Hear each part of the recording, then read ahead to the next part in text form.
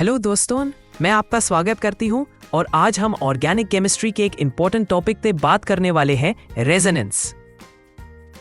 Hybridisation के बाद resonance को समझना बहुत ज़रूरी है क्योंकि इससे हमें मॉलिक्यूल की रियल स्टेबिलिटी और बॉन्डिंग नेचर का क्लियर आइडिया मिलता है।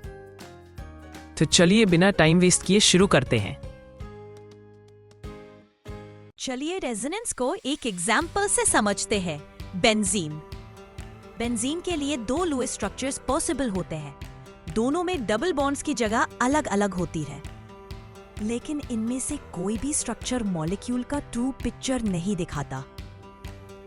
इसलिए हम कहते हैं कि बेंजीन एक रेजोनेंस हाइब्रिड है जिसमें सारे बॉन्ड्स इक्वल होते हैं, ना सिंगल जैसा ना डबल जैसा।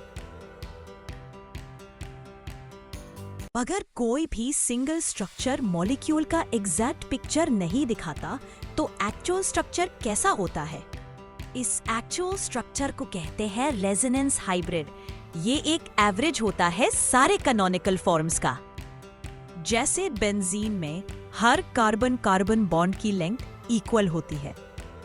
इसी वजह से रेजोनेंस हाइब्रिड मॉलिक्यूल की ट्रू स्टेबिलिटी को रिप्रेजेंट करता है।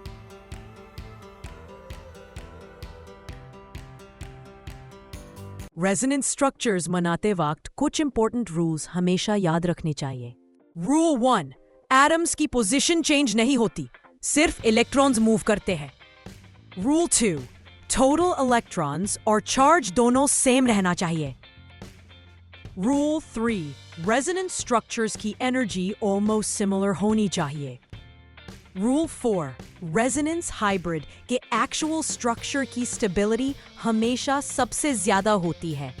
रूल अगर इन रूल्स को फॉलो करेंगे तो रेजोनेंस डायग्राम सही बनेंगे, हमेशा सबसे ज्यादा होती है।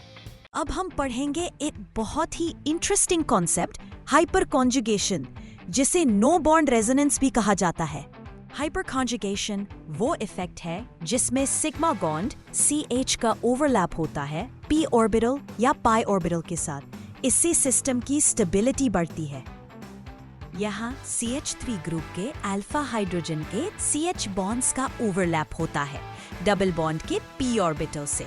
उसके स्टेबिलिटी बढ़ती है। कार्बोकैटायन स्टेबिलिटी ऑर्डर समझाने में यूज होता है। 3 degree, 2 degree, 1 degree methyl. Alkyne stability समझाने में भी काम आता है।